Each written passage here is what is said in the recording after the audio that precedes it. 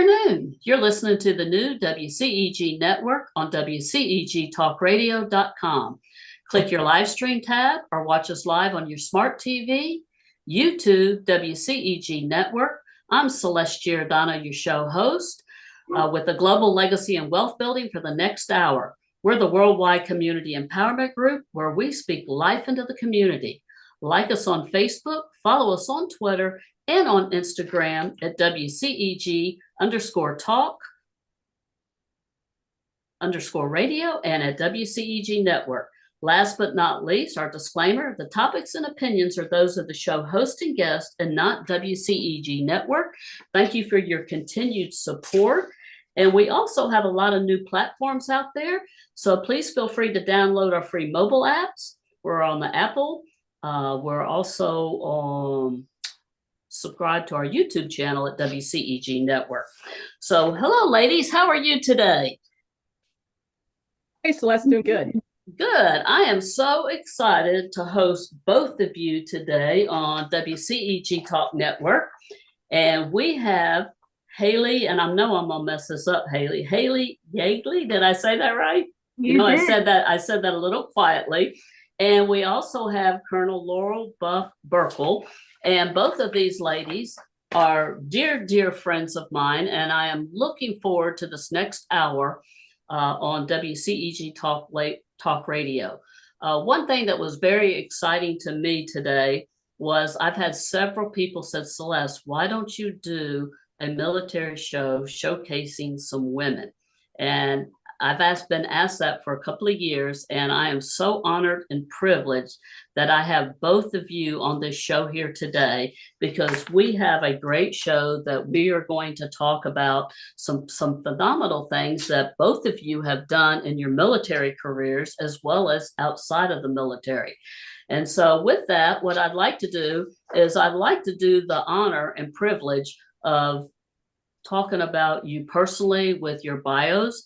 And I normally would do one bio and we would have a series, and then I would do the other bio and then we would do the second guest. So today I'm going to read both bios of these young ladies. And the first one I'm going to read is with Haley Yeagley. Haley has 10 years of unique experience in DoD system development, acquisitions, integration, and sustainment. She is currently the president and CEO of Black Dog Consulting Services, LLC, a women-owned small business that supports and advises small businesses in securing and executing government contracts. She provides expertise in defense acquisitions, program management, system engineering, and process implementation. She possesses key knowledge in contract execution, test and evaluation, analyzing operations, workflow design, and reducing inefficiencies. To contribute to her extensive experience, Haley also served as Director of Operation for the 2nd Combat Weather Systems Squadron, Florida, where she directed Operation Weather Equipment Tests and evaluation and assessed current and emerging weather technology in support of Air Combat Command.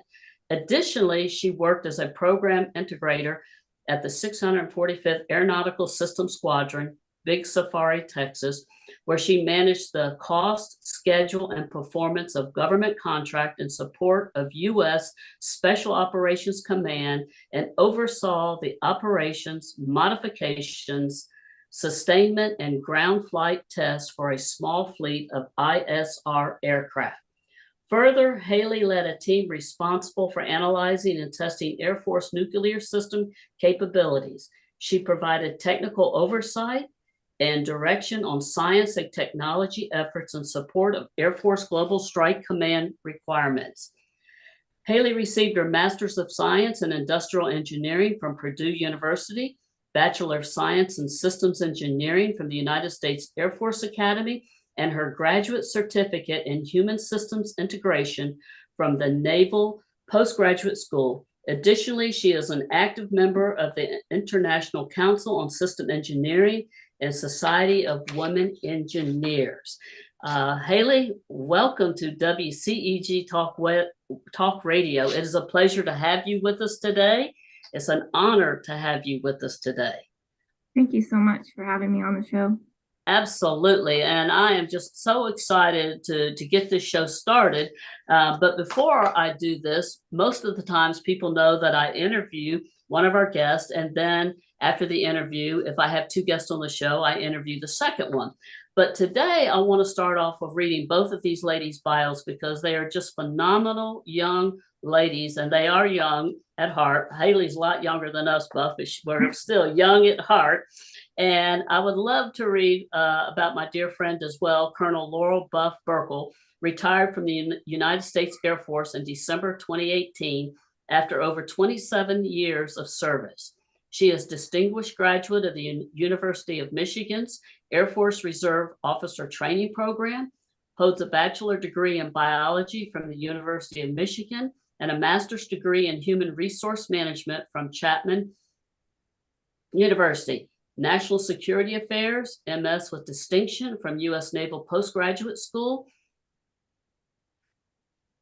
and Strategic Studies, MA from the United States Air Force Air War College. Colonel Burkel is a senior navigator with more than 2,100 flight hours, including 285 combat and combat support hours in training, F-4, C-141, C-130 aircraft. Over the course of her military career, she commanded an operational C-130 squadron, both at home and deployed, and served in a variety of leadership positions at the Group Wing Major Command, Headquarters, Air Force, Joint and International levels, including tours in the Republic of Korea, Canada, and Afghanistan. On her last deployment in 2015, Colonel Burke served as the advisor to the Afghan Air Force Director of Training in Kabul, Afghanistan. Her deployed tour was cut short due to the injury she sustained from the October 2015 NATO helicopter crash in Kabul that took the lives of two of her subordinates. Colonel Burkel now serves as an inspirational motivational speaker, sharing the story of her survival and recovery from the crash to highlight the power and positivity of our support to and for each other and its fundamental connections to our personal resilience. Colonel Burkel is an Air Force wounded warrior and serves as an AFW2 program ambassador and mentor. She is a member of the St. Louis Blues Warriors hockey team, a U.S. hockey affiliate, disabled veteran hockey program, and serves on the team's board of directors as a secretary. Colonel Burkel is also an assistant coach with the Southern Illinois Lady Hawks girls hockey team. She's a member of the Girl Scouts of Eastern Missouri Board of Directors and is also a member of numerous professional and service organizations. So without any further ado, Colonel Burke, I'd like to welcome you to our show here today as well. And I have known you for many, many, many, many years. And I want to say almost like 17 years that I have known you, probably that long. Yeah. We have a mutual through the friend. Airlift Tanker Association, one of those professional organizations, the Airlift Tanker Association, that we met through mutual friends. And, you know, those organizations are important from a professional standpoint, but they're also really important for our personal connections, and that we continue to share those even long beyond our actual service in the military. I love it. Absolutely. And it was such a privilege and honor to be there to support my husband, where with the company that he works with, that they had a booth at the Air Tankers Association, and also with our mutual friend, General Kane. So I that's a very special relationship for you and I both. So he's my Air Force dad. Yeah, absolutely. And I have a very special relationship with Haley as well, as her mother and I. We have known each other for over 31 years, probably 32 years. And I've known Haley since she was just a little tiny thing, and just so proud of her and all of her accomplishments and what she has done in the Air Force and what she is doing now.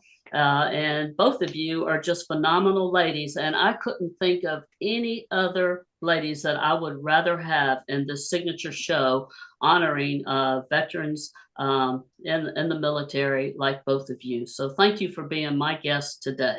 I appreciate that. Thank you. So thank you, Celeste. Really appreciate absolutely, absolutely. So we're going to have some fun here today, and we have a lot of things that we want to learn about you and your thoughts and what you're doing, and we want you to share those experiences. And we want to let our audience know that if you have any questions, put them in the chats. Well, the chats are being monitored, and we are just honored and privileged that WCEG Talk Radio gives us this opportunity to talk about especially veterans and women in the military. So thank you, Penny Rogers, for this opportunity to host my first military veteran show here. So I appreciate that. So with that being said, what I'm going to do is I would love to get started with Haley. And I want it to be a dialogue. And if we have any questions, Buff, I'd love to ask you to chime in a little bit with us. And this show is for the next hour till 6 o'clock. So I want to make sure that we have enough time that both of you get equal attention and all the accolades and things that you've done in your past military career and what you're doing now. And so with that being started, Haley, can you tell us a little bit about your military background and your time in the service? I can. So you kind of hit the high points there with the bio. I just finished up 14 years of active duty service this past summer. The first 4 of those were at the Air Force Academy in Colorado, where I was a cadet and a swimmer. I got a degree from systems engineering in systems engineering there, and that kind of propelled me into my career in the Air Force. I was a developmental engineer, technically is what it is, but really it's an acquisitions officer is how I always describe it. And really just the arm of the Air Force that's really in charge of procurement and, sustainment and modification of anything from an airplane to a bomb to software development, you name it. Acquisitions is the portion that kind of helps get that through the life cycle. So that took me to New Mexico first, where I was doing some nuclear work, then to Texas, where I got to work on airplanes, Florida, where I was doing weather radar testing, and actually there's a little bit in there that I don't put it in the bio, but I worked on what was the Iron Man suit. It was called Talos. It is not a program anymore, but that was really fun. So got to do all kinds of things. I got an education out of the deal. I got to swim for NATO overseas. After the academy, I got to travel and meet some of the best people that I've ever known and that I might ever know. Really I've had definitely a positive experience. I was one of those people that had an incredibly positive 14 years and transitioning into the reserves now. But yeah, that's 14 years in a nutshell. Well, and first of all, I may not have said this in the beginning. I do want to thank each and every one of you for your military service and your time. It is such an honor and privilege to know both of you and know your backgrounds, knowing Buff for over 17 years. And Haley, I've known you all your life with your parents. And, you both are just phenomenal, phenomenal ladies. And thank you so much for your service and for your time today to share on this radio show. So with that, Haley, how did your role in the military impact your overall experience? I would say that acquisitions is a little bit unique from some of the other jobs versus, if you're a pilot or a navigator or a maintainer or finance or personnel. I mean, the list is long and distinguished. But I would say that for me, it would not be uncommon to go into a room as an active duty acquisitions officer and be the only active duty person there out of 20 people that are all federal employees. It's very heavy government civil service, very heavy contractor support. And I think that was a very unique experience for me. I got to have a lot of exposure to defense contractors and what it takes to get capability into the warfighter's hands. What is I was able to see kind of the full scope of from the day we say we need it to the day you have it to the day what we call take it to the grave. you get to see kind of the whole process. So I think having that career really gave me a very unique ability to see certain aspects of the Air Force and the DoD that, that I might not otherwise have been able to see. Absolutely. So how has being a veteran, more specifically a female veteran, impacted your life and career? So throughout my whole career, there's ups and downs, and there's, am I doing the right thing? Should I stay in? Should I go?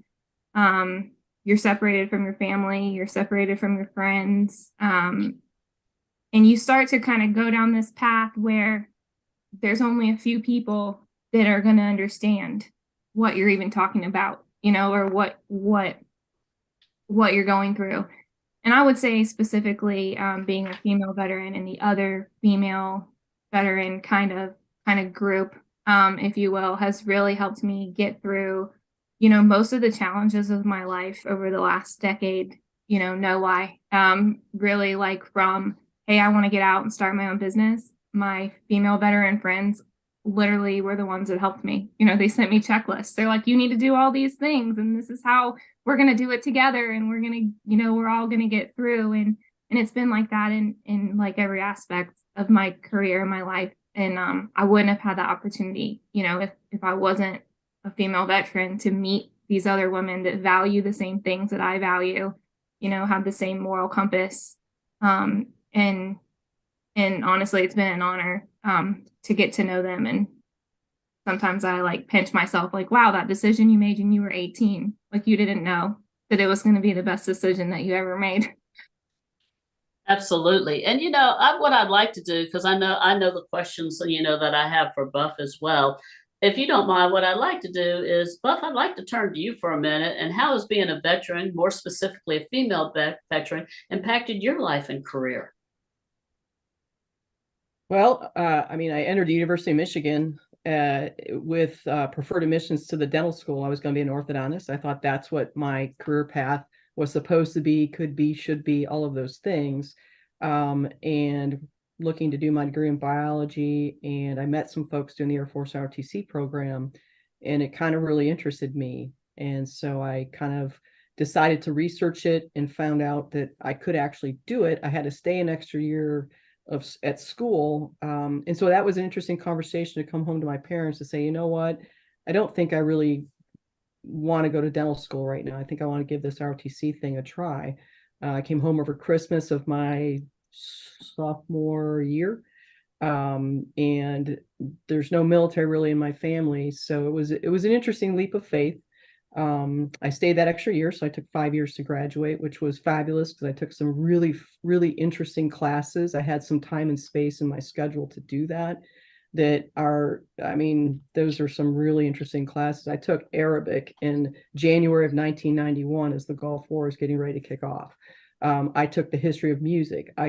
This is a biology major who's my schedule's crammed with mostly science type classes, and then my ROTC classes. And so I had that opportunity. And then when I graduated, I have never looked back. And so that started with a friend who became a roommate my sophomore year, and her class of folks in the ROTC program that, I kind of attribute, they're the reason I got started. And 27 and a half years later, I'd say that I enjoyed it. There are a lot of, ups and downs along the way. I certainly ran into issues where, when I walked into an organizational room, I wanted to be the best at my craft, whatever that was at the time, irrespective of being a man or woman, but not everybody looked at it that way. And so I learned about that, that there was those biases or those stereotypes or whatever you want to call them, that you have to find those connections that are solid, both guys and girls, in my Air Force career.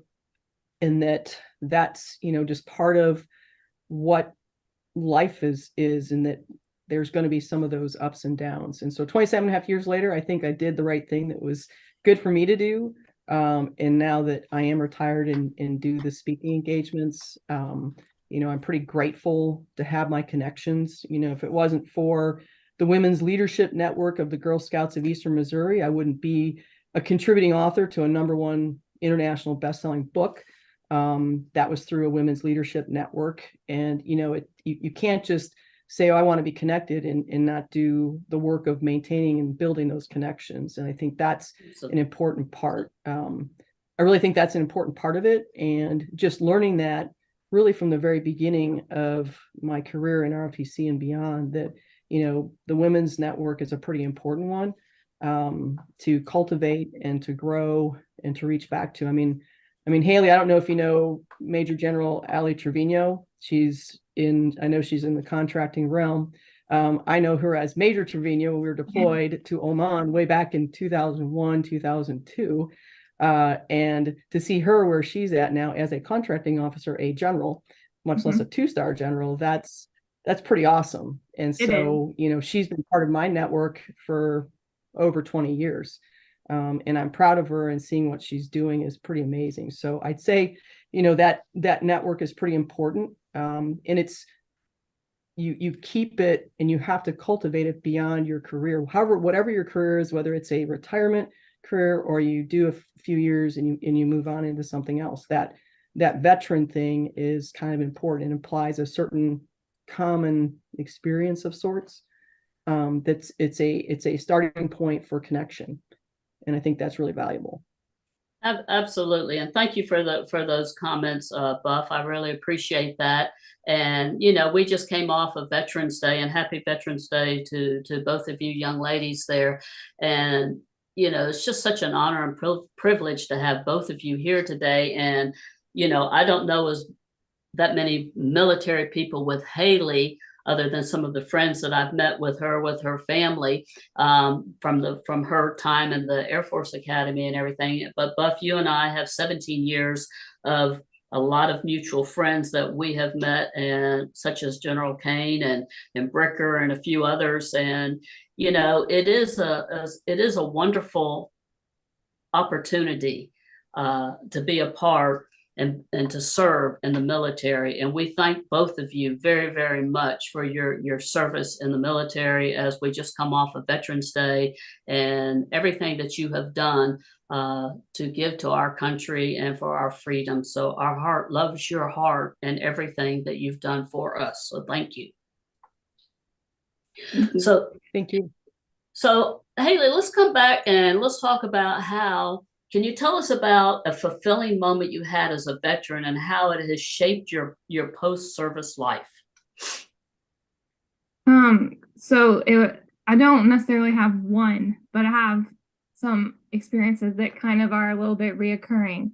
And I think this probably happens to a lot of people in the military at some point, but maybe it was just because I worked acquisition, so I saw a lot.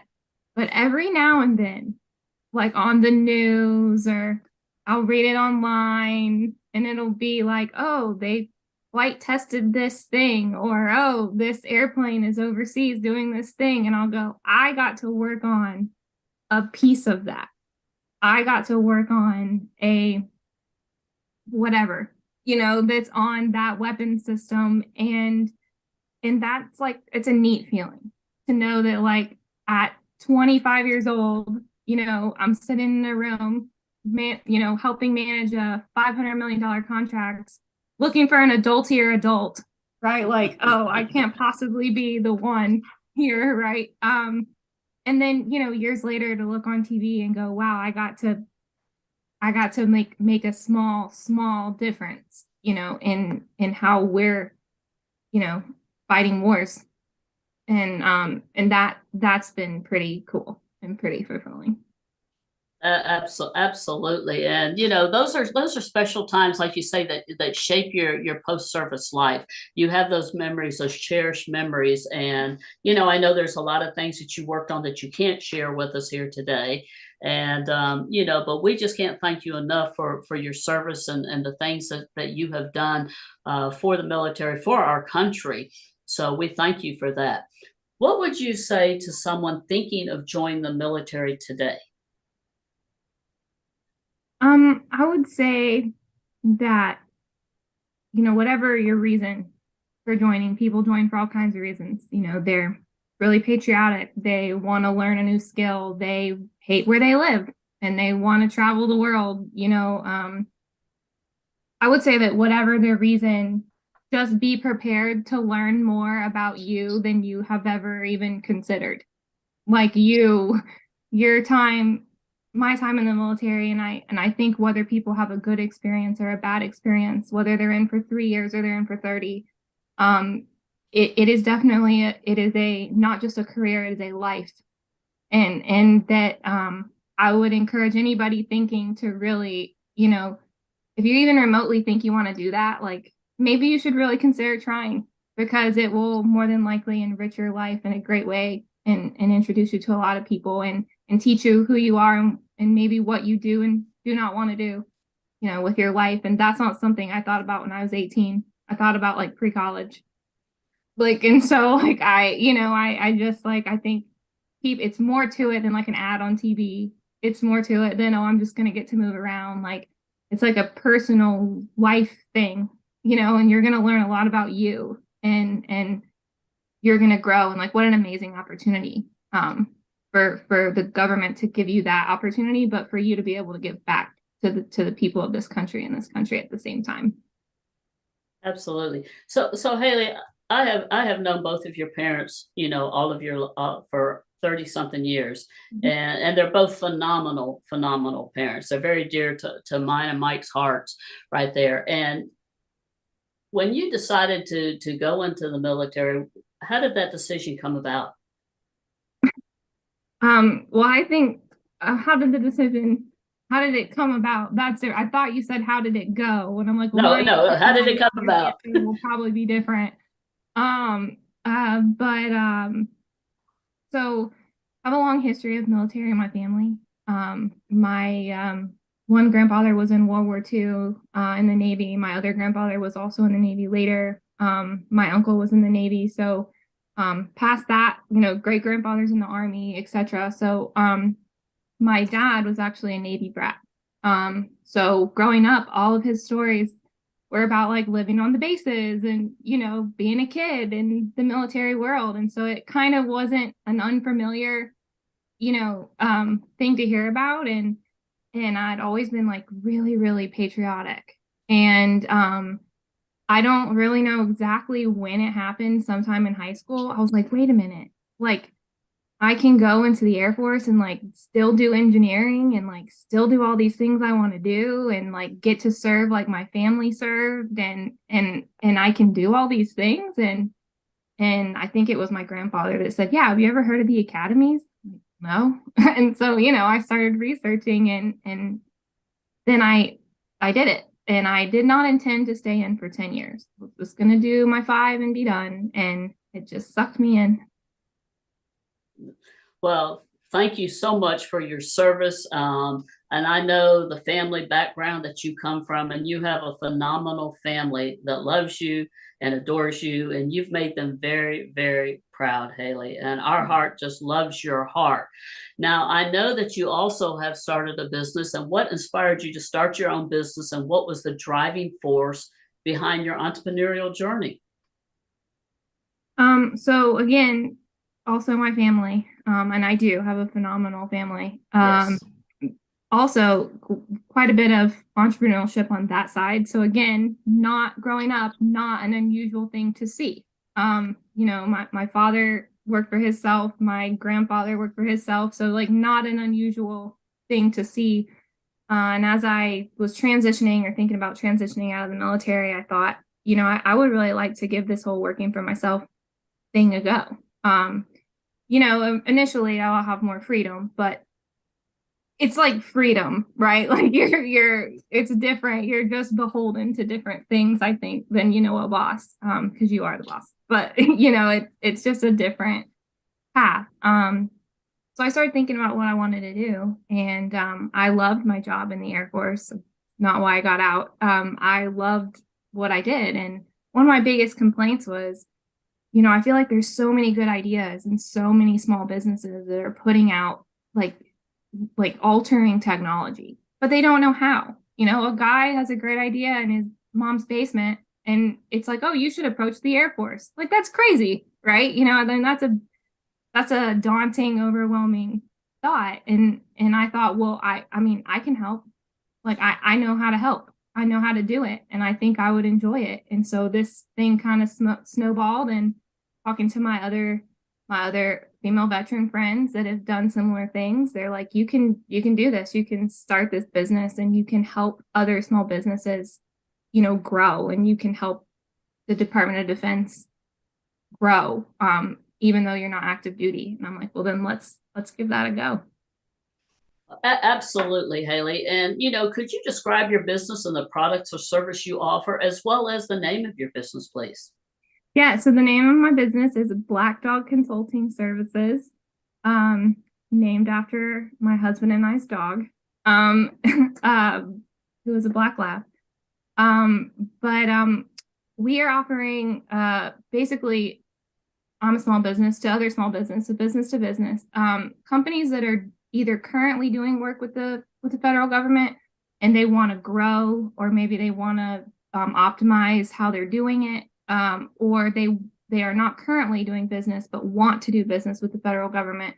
We are offering consulting services. So basically, if you need help, kind of like in the bio with program management or business development, contracting, how do I get a small business award?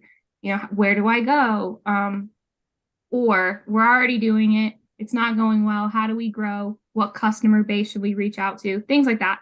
So just basically consulting, helping these other businesses, grow and approach the government. I got you.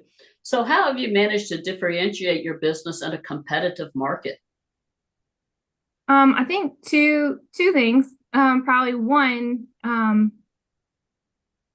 there's a lot of places you can get consulting and coaching, right? I think what really differentiates me from other places you can get that is that I do have over a decade of federal procurement and acquisition experience, and all aspects of that, from contracting to requirements building to budget building. So really, it's not just, does a person have an MBA? Do they have a PMP?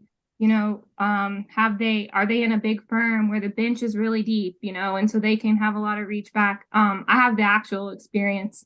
So I think that really differentiates me. And two, the network that I have is pretty good. So really, if you're going to come to me and maybe you need some very specific contracting help, I've got a person for that. If you need some help, that does legal government contracting, got a person for that.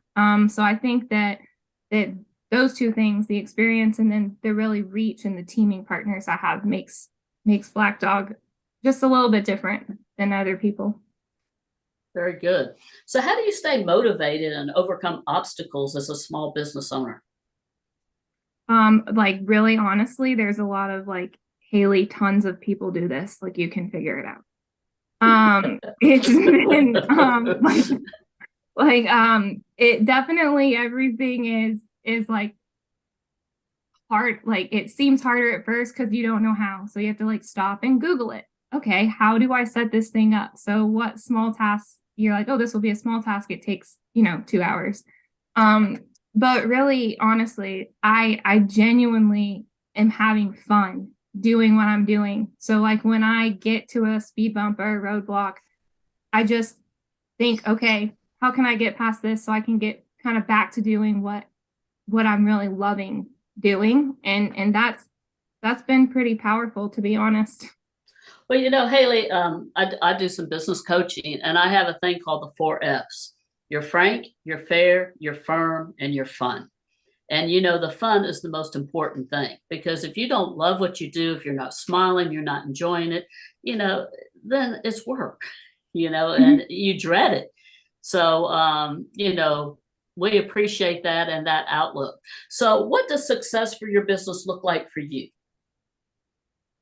I mean, to me, honestly, being able to help as many businesses as practical, right? I don't want to say help all the businesses, but help as many small businesses grow and scale as practical.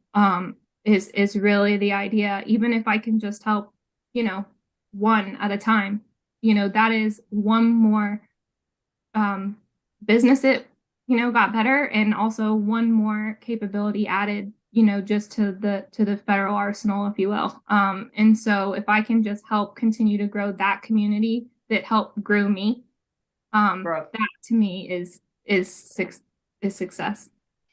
So who would be your ideal client, Haley? Really, ideally, it would be I say a more established business, but a business that has either, a working idea, something that they can show, something they're already maybe doing in commercial, and trying to get into the government, whether that's DOD, DOE, DOT, pick a department. That they're kind of ready to move forward, or they're already got a couple contracts and they're maybe stagnant. Those are the clients I think I could really help, like, right away and get a lot of traction. Absolutely. So what is the future vision for you and your small business?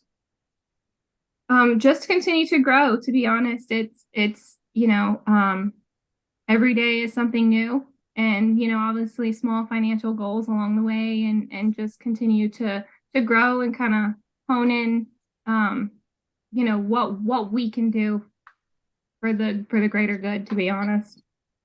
Absolutely. Well, we definitely appreciate your time in the military and your service was phenomenal career, as well as, with this new venture that you're doing with the Black Dog Consulting. Buff, any comments or wise words of wisdoms that you have for Haley?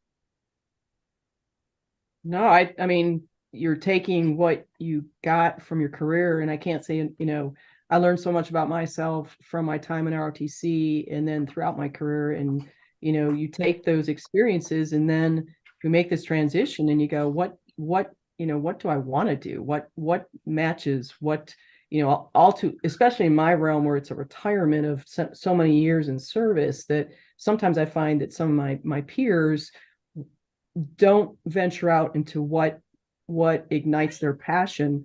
That's my cat in the background. I apologize. Right, go, Muggsy, you got to go away.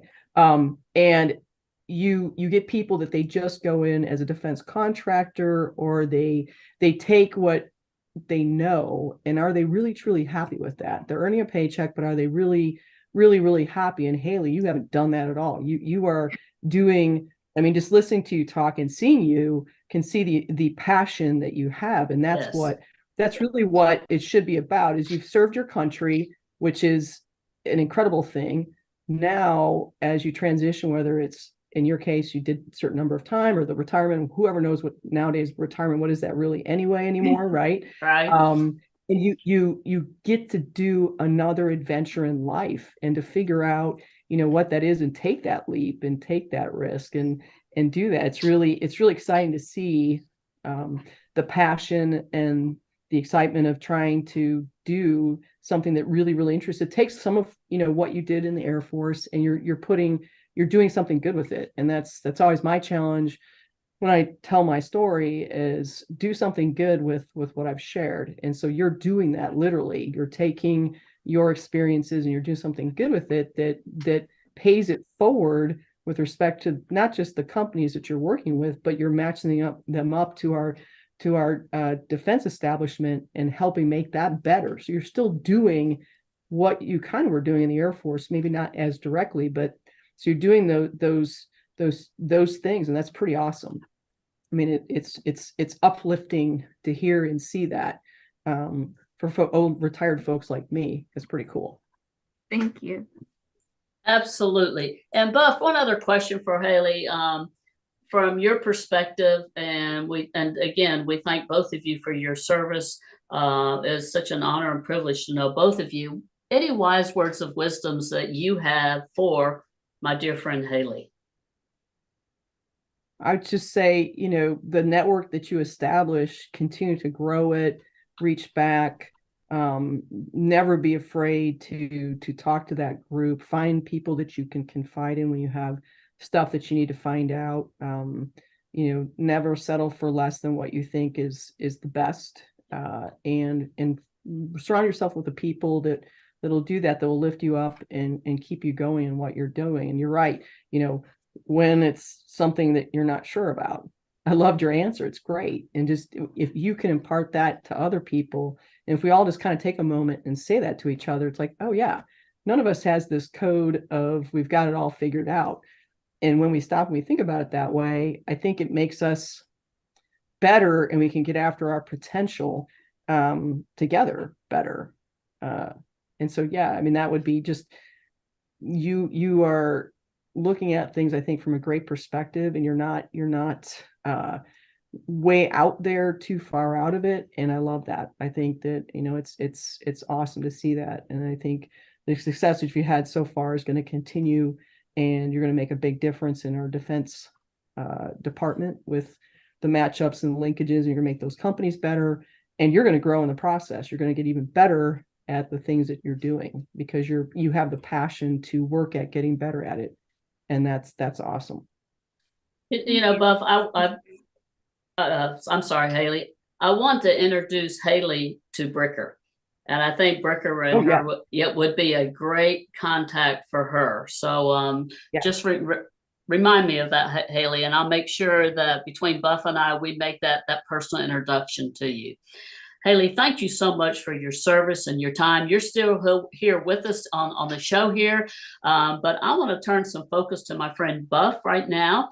And Buff, you went to the University of Michigan to attend dental school and become an orthodontist. Instead, you earned a commission as an officer and graduate from Michigan with your BS in biology as a second lieutenant. What led to the change in your career plans and path? I met some people doing Air Force ROTC. I was taking classes, I think it was organic chemistry, and I loved the organic chemistry, but I did not love the grading scale. They were pushing on people. It was a lot of people trying to go to medical school. And I didn't know that I liked that environment. Did I really want to be in that environment for another 10 to 11 years? And I met some folks that were doing the Air Force ROTC program. I loved their camaraderie. I loved the fitness, importance of fitness to what they were doing. And it just seemed like a really neat community. And as I got to know more of them, I became friends with some of them. I was a roommate with one of the ROTC folks my sophomore year. And then I found out that I could possibly join the program, but I would have to take an extra year. And again, I went home and talked to my family. There's not a lot of military, unlike Haley, there's not a lot of military in my family. My dad is the youngest of 5. His mother was blind. He stayed home. He did not do any service time. And so it was an interesting conversation while at home over Christmas, my sophomore year. But fast forward to my graduation and commissioning, my mom comes up to me and she's got tears. And I was like, Mom, what is wrong? She's like, I'm just so happy for you. She could see that my experience in ROTC, which I touched on earlier about how much I learned about myself. The military really gives you that opportunity. I think in no other place can you learn so much about yourself. You get given these opportunities. Some of them you perhaps may look at those and go, I don't want this opportunity, right, Haley? But you get these things and you learn about yourself. You learn about other people and that you have to work together to get things done. And that's how life is. That's how being an entrepreneur is. That's how a business, I mean, single business owners, that's great, but you cannot be a single business owner on your own. And I'm not even a business owner really, but, and so I entered the Air Force in 27 and a half plus 5 years later. I'm grateful I didn't go to dental school. I can't imagine how bored I would probably be as an orthodontist. I don't think that it was nearly as exciting a lifestyle and I'm not dogging orthodontists. It's an important career field. But I don't think it would have been a good fit for me. So I'm kind of grateful that I had that opportunity to come across those Air Force folks, those ROTC folks. And, it's been an amazing life since that decision. And, Haley, like you, the courage to say mine was a little later than 18. Honestly, if I had gone to the Air Force Academy at age 18, I probably wouldn't have stayed because I wasn't committed to that idea at the time, that point in my life. And so I'm grateful that I had that opportunity to come across those folks. and don't look back at all whatsoever. Absolutely. Well, thank you for that. Buff, what is some advice you have for those who may be transitioning from the military or from any career field? So this is fun. Here in the military, we have a transition assistance program, TAP, we call it, that everybody who is transitioning from the military has to go through a few days of courses. And so I retired out of Scott Air Force Base here in Illinois, and we have the ETAP, which is the executive program for colonels and for Chief Master Sergeants, the highest enlisted rank that we have. And I went through that. And every so often, they'll invite me back to their employment panel, which is kind of funny because I don't have what you would consider a traditional job. And I ask them about that. Are you really sure I'm not a company? I'm not, working for a company. I'm not a defense contractor. I'm not a GS or any of that. And they're like, yes, we like your view on things. And when I go to those, I'm looking at people that are, transitioning after a career in the military. What now? And one of the things they do with them is they have them they have like butcher's paper on the wall, and they have a series of questions that they fill out. And the favorite one that I always look at when I go to that is, what is your dream job? And I challenge people of that is again, like we touched on earlier, what do you want to do? Not what do you think you have to do? What should you do? What's comfortable to you to do after you retire from the Air Force? What do you want to do? And I've seen park ranger, I've seen athletic director, I've seen some really fun things. And the challenge I bring is, how do you get there? Can you get there? You have to balance your personal requirements. I never got married. I don't have any kids. I have 4 cats and 2 cars, and they're not going to college. So I have some different considerations. And my friend that's going to retire from the base here on Friday, he's going to retire as a colonel. He's got 30 some odd years of service.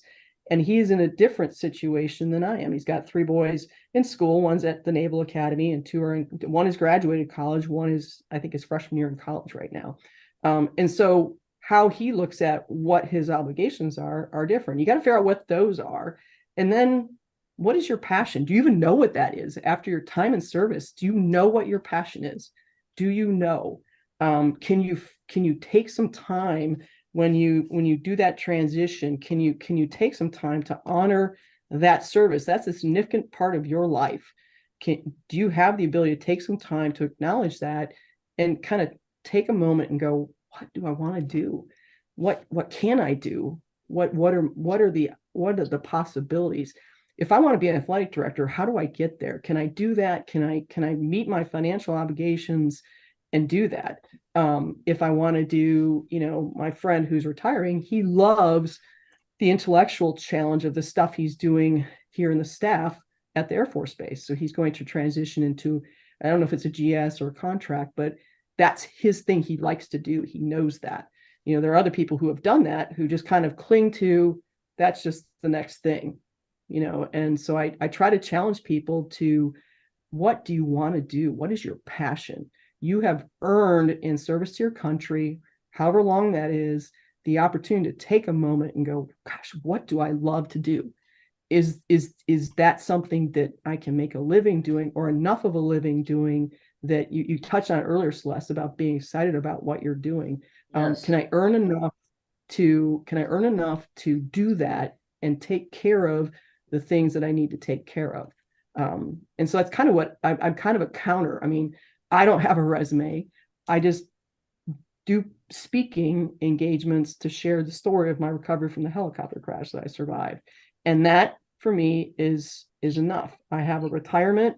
I have VA disability compensation. That for me meets my requirement to keep me financially in a place that I need or want to be. But everybody has to look at their own particular calculations of what they need, and then figure out, can I pursue, do I know what my dream is? Can I go after it? Can I make it be the thing I do? Can I partly make it be the thing I do, or can I set myself up to a point where I can get to it? And so that's what I tell people as they're looking at starting transition is, and you said earlier, Haley, don't be afraid to go after what you love. Thank you so much for that, Buff. Those some great wise words of wisdoms right there. And thank both of you for your military service and giving back to your country and to all of us here. I mean, it was such a privilege and honor to know both of you and to have that you have served our country. Um, you know, I was a franchise owner for 30 something years, and then I retired, and we have a mutual friend, Renee Kane, and we used to go to ATA, and that's General Kane's. It's hard for me to talk about Renee sometimes. You may have to help me out a little bit with this, Buff. But anyway, she had recommended to me back in 1993, or excuse me, back in 2013. She said, Celeste, you need to be a business coach. And this is General Kane's wife. And I said, what the heck's a business coach? Because I owned a franchise all my life, didn't know nothing about that. And so anyways, long story short, she told me about it. I did some research. I spent a year researching it. But if it hadn't have been for Renee Kane, I wouldn't be a business coach today, because she is the one that shared that with me, instilled it in me. And I did my due diligence and my research. And so, for a career after a military, I think it's important that there is a second half to your life. And the first half, I worked and I served and I helped people in their careers, help propel their careers, help them become business entrepreneurs. The second half of my life, when I retired because of Renee Kane, is now I have fun just serving people and giving back to the communities. I have a nonprofit. And to me, that's what my passion is and what I enjoy doing. But I'm very appreciative, for all those people that have served in the military. Haley, I'm sure you have a reason or a passion why you're doing what you're doing, now with your Black Dog Consulting and things of that nature. And just like, Buff, you're out there. You just became an author. We're going to talk about that and reach #1. And I don't want to steal your thunder from talking about that.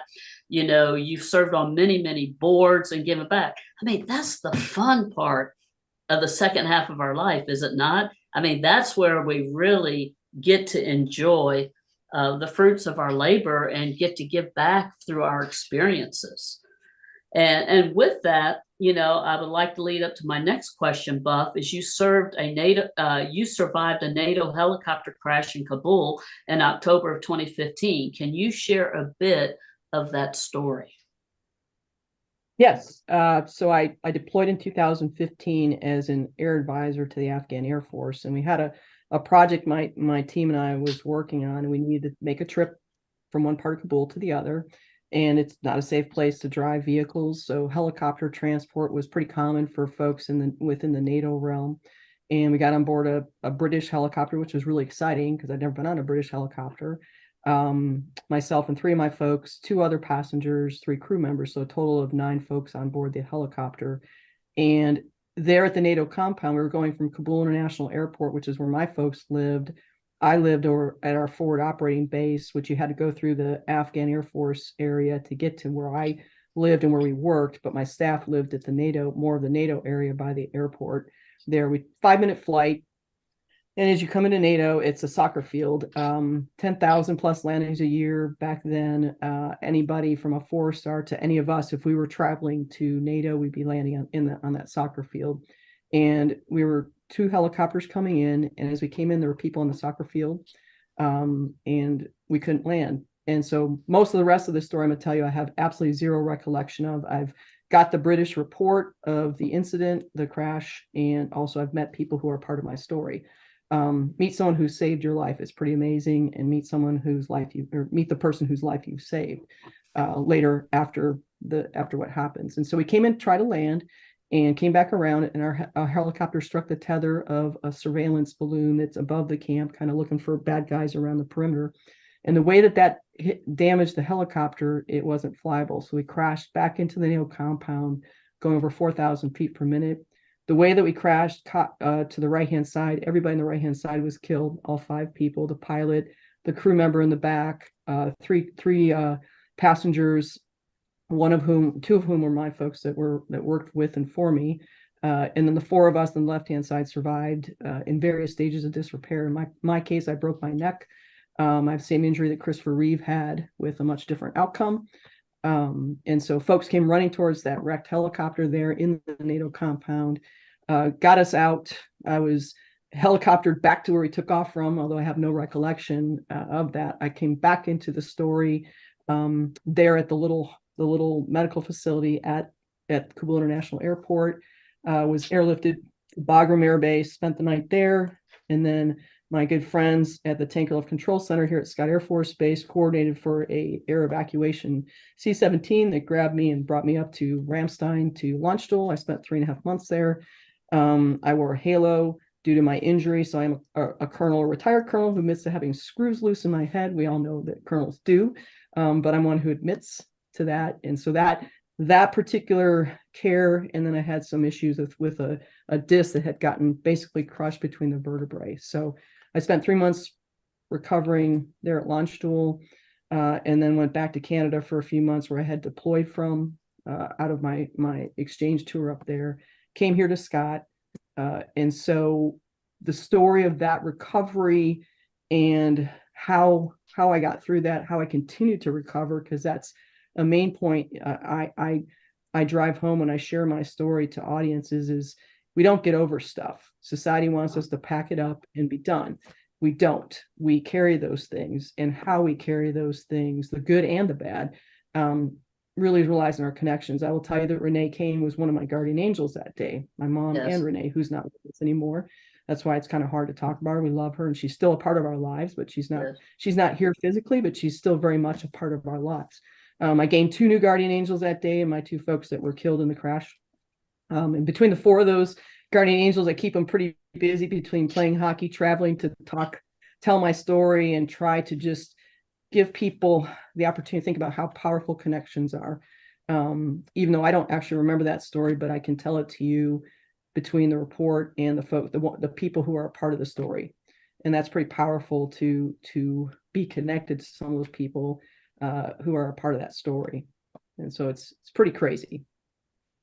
No, absolutely. And I mean, our prayers and thoughts for those family members that were lost in that accident there. And I remember following your journey the whole time through social media, that I followed you from that time. So one of your key messages you share from your recovery journey is the resilience is not an individual sport. What do you mean by that? Well, that we don't do life alone. I can look at you two. I know Penny and everybody listening and watching this podcast are resilient people, and you have a lot of resilience in here, but we can't get to it on our own. We need each other to unlock our full potential of resilience across physical, emotional, and spiritual resilience to take the things that life throws our way, the good stuff and the tough stuff. And so it isn't an individual sport. The connections that we have and we cultivate and we maintain matter. I mean, leveraging social media to walk my recovery journey and leverage the support from everybody that lifted me up during that time of recovery and that I'm still connected to now. Absolutely. That's really what it's about. Absolutely. You authored a chapter in Tenacity, a part of the Deconstructing GRIT, Great Collection, compiled by Jennifer Bardot. That just came out on November 1st and is a #1 international bestseller. Can you tell us about your chapter and what you chose to highlight? Yep. I have been asked so many times, do I have a book? Am I going to write a book? And Jennifer, I met her at a resilience panel, said, I have this book anthology series. You'd be great in one of these, write a chapter. And I'm like, oh, how do I put my story into a chapter? Well, I share a number of points that I give people to frame my story when I share it to my audiences. And one of those is get in shape for your life. You never know when you might need it. And so I chose to write my chapter about that, in that, I'm never in the shape I want to be in, but I'm always trying to get there in some way, shape, or form. It may involve taking a nap like I did this afternoon after I helped out at 6:30 in the morning hockey practice. It's keeping after it. and getting in shape for your life. And that's something that I learned early on, and I absolutely wouldn't be here today in the shape that I'm in, if at all, if I didn't approach my personal fitness that way. And so, yeah, get in shape for your life. You just never know, and it might be something you need, whether it's, recovering from a replacement of a knee, a hip, an elbow, whatever, shoulder. I mean, all the things we can get replaced these days. It's set yourself up to live your best life and take care of yourself. And the fitness side, and again, it's emotional, spiritual, and physical. It's not just the physical. And so, in there, I talk about, when I'm in the airport, I take the stairs. And if I have the time, and again, if I'm running late, I'm literally running. So fitness is going on anyway. But, I'm pretty grateful that I'm ambulatory. I'm pretty grateful I'm not in Arlington National Cemetery or some other place like that, because I so could have, if you see my x-rays from what happened. And so it's just a life approach to how does fitness fit into that, and trying to keep after it. And there's times when you're going to stray away from that a little bit, but coming back to it, keep after it, and never letting yourself just give up on it. Absolutely. And, and I'm going to tell on myself a little bit here, Buff, because I remember in Washington, D.C., when we went to Renee Kane's funeral, we were in a hotel, and you're a big fitness buff, and I went and worked out with you, which I have not done in a long, long time. And and it was, you were giving me some pointers and this or that. And I definitely needed those pointers and working out. But physical fitness is important. It's also a mindset. I think it's important. Not only physically we need to work out, but we also need to have a mental fitness as well. So that's important to have some physical fitness.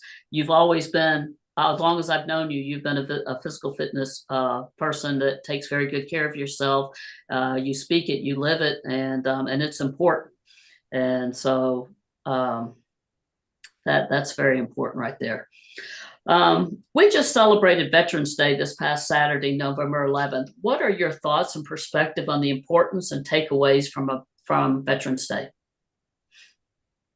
Every veteran has an amazing story that we should get to know the stories of our veterans, because within those stories are great lessons about why this country is so great. I mean, this country is great because of the people, and our veterans are the people who stood up and said, I will support and defend the Constitution and our way of life and really, the world. And so having the opportunity to reflect on that and look at that and go, how do we build on that as a country? How do we recognize that?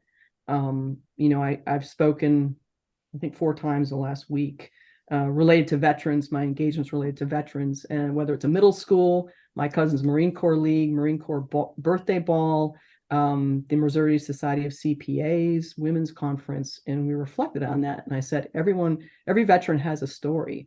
Absolutely. Get to know those stories. And that's what Veterans Day gives us, that opportunity to learn those, to celebrate those, and to celebrate how those make our parts of the pillars of our communities that we live in here in the United States. And it's a pretty awesome thing that we have, veterans in our communities, and how do we lift that up and leverage it as one of the foundations of the communities that we have in our country. Absolutely. And, I'd like to ask Haley to put any thoughts about that, if you would. I mean, I agree with everything that Buff said. And one thing, too, that I like to think of is that for a long time now, we've been an entirely volunteer force. And so not only are these just veterans, not only are these people that have said, I'll go, I'll support and help do whatever I can. That was a choice. That was a conscious choice that people made, and I'm personally grateful, for everybody that made that choice. And that's just the only thing I would add, is that another level is that these are people that choose it. Absolutely. And, and we are most grateful for your service and the time spent in the military. It's because of people like you that we have our freedom here. And so thank you so much to both of you for your time in the service, for giving back to your country, for the sacrifices that you made to yourselves, to your families, to other individuals. So thank you very much for your service. So in closing in today, I'd like for you just to give one word of advice, or give us some words of advice to somebody maybe that might be considering a career in the military, or anything that you would like to give advice on to our audience today. Haley, you want to go first? Hoping you wouldn't pick me. My advice. I mean, I think I kind of touched on this earlier, is that it is genuinely rewarding. It is genuinely rewarding to be able to give back to a country that gave me everything I have. And so I was getting emotional when I talk about this country, but I believe in it so much. And I think that if you even remotely feel that way, then like give it a try. You can just do it for a little while. But it's an incredibly rewarding experience. And the people that you meet and the things that you learn, it'll carry you the rest of your life.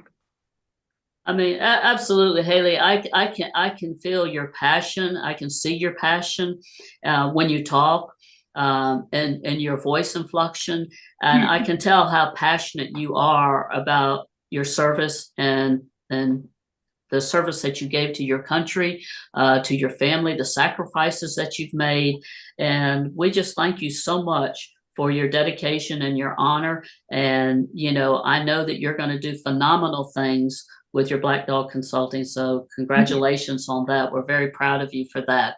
Thank you for letting me talk about it. Absolutely. Our heart loves your heart. Okay. Buff, your words of wisdom.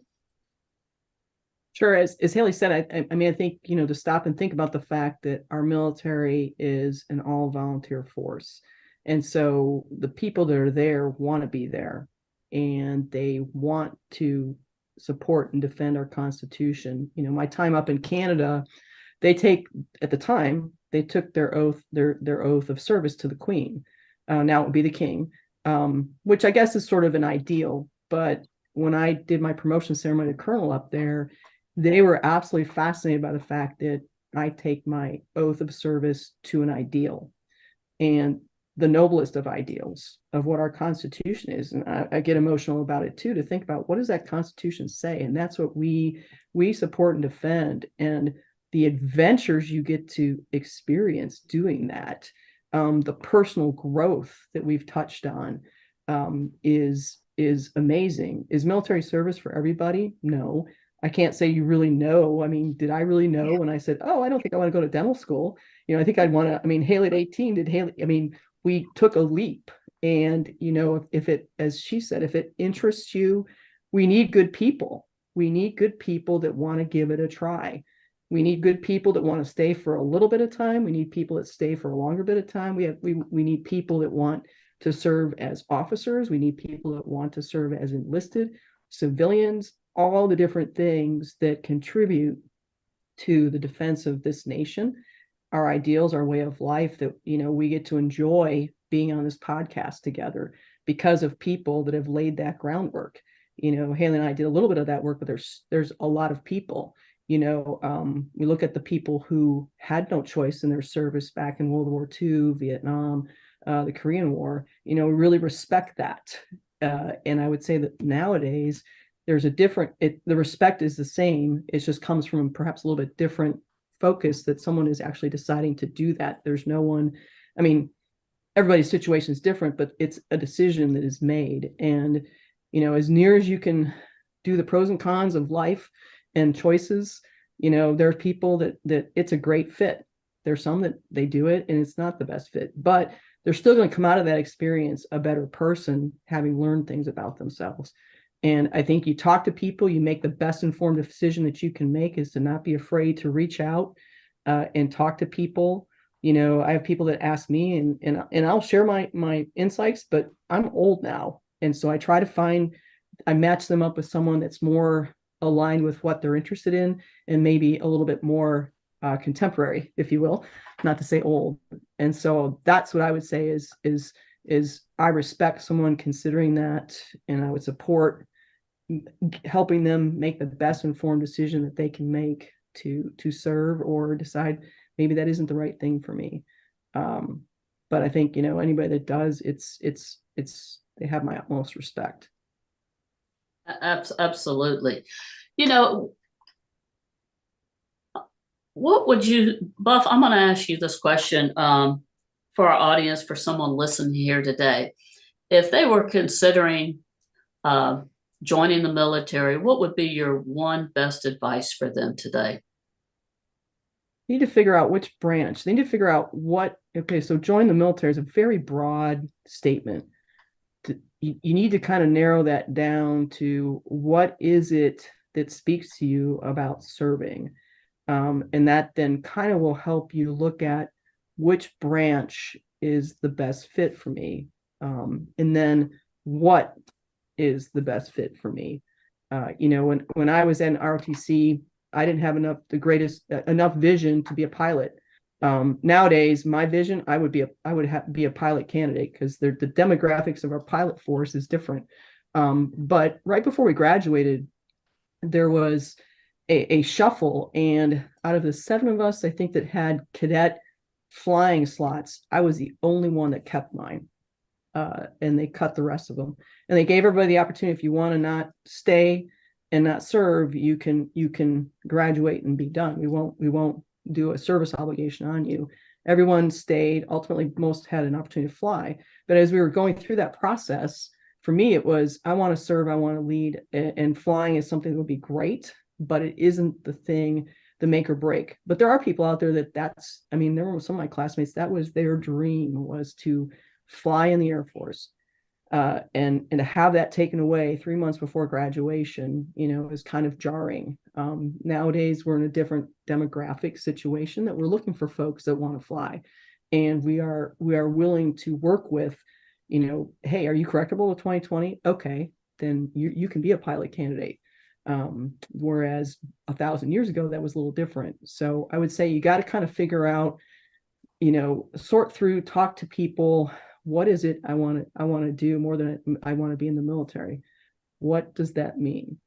You know, a little bit more, so you can match up your passion with the place in the military where you can pursue that. Absolutely. Thank you, Buff. You know, Haley, do you have a last words of wisdom for somebody that might be considering joining the military? Pretty much the same what Buff said. Once you pick a service, they're very different. But we live in a day and age where it has never been easier to find out what you want to know. Right? You walk around with a supercomputer in your pocket. So, like, do the research and figure out what branch you want to be in and maybe what you want to do. But also, if they don't let you do that, do you still want to serve? Because don't forget, at the end of the day, the military will put you where they want to put you, and they will send you where they want to send you, because that's where you need to be. And so if you get your heart set on something, ask yourself, are you going to be okay if I don't get this and this doesn't work out and they want me to do something different? And if the answer is yes, then absolutely you go. But definitely do a little research and then ask yourself that question. Like, if they let me in, but they don't let me do this, do I still want to do this?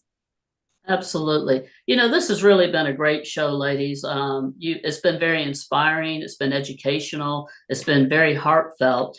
I know both of you from 2 different perspectives. Haley, I know you from your family, and I've known you for your entire career in the military. And thank you so much for your service and your honor. Buff, I've known you through a lot of mutual friends, you know, General Kane and several others. And thank you for your service and everything that you have done. And we have known each other for over 17 and a half years. And you guys are both leaders in the industry. You are now, you know, well, Haley's not totally retired, but I know Buff is.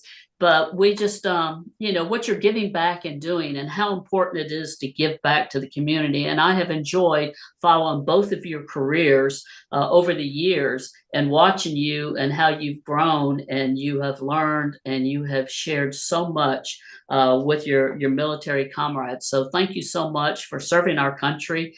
And real quick, like as we end this, I would love for you to tell how people can get a hold of you if they'd like to get a hold of you, have you as a speaker buff, or contact you, Haley, for your consulting firm. So let's go with you, Haley.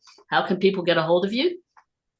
You can email me. I think my email address is going to be somewhere. Also website where that same contact information is present. I'm on LinkedIn. You can find me on LinkedIn. So just send me a message. Email, direct message on LinkedIn, whatever suits you. Happy to talk about the military as well. So if somebody's listening to this and they're not sure, happy to answer a question about that also. But yes, you have consulting. If you want to hire Black Dog, please reach out. All right. Thank you so much, Haley. And Buff, how about you? A lot of motivational speaking right up my alley. Go right ahead.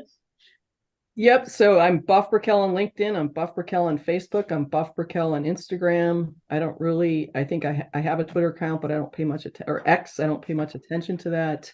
You can email me at buffburkel@gmail.com.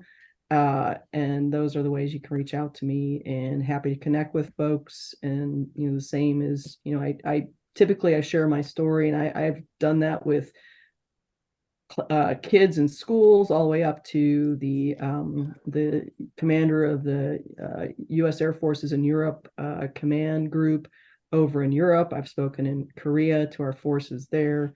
I've spoken to companies. I've spoken to Civil Air Patrol, wide range of folks that I'm happy to share the message. If I can do something good with what happened on 11 October 2015, then that's what my purpose is, and that's my passion. And happy to match that up with an organization that's looking for a message to talk about the importance of connections and resilience and how we do that. Absolutely. Buff, thank you and Haley both for your service, for serving your country. Thank you for being a guest on WCEG Talk Radio today.